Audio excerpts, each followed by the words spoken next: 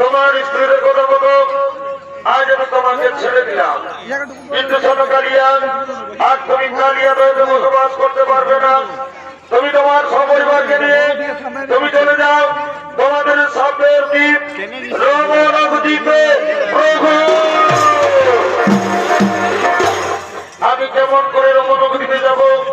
আমাকে যে গরুর দেখলে আমাকে ছাড়বে না, আমাকে গরুর দেখলে আমাকে খেয়ে ফেলবে, আমাকে গরুর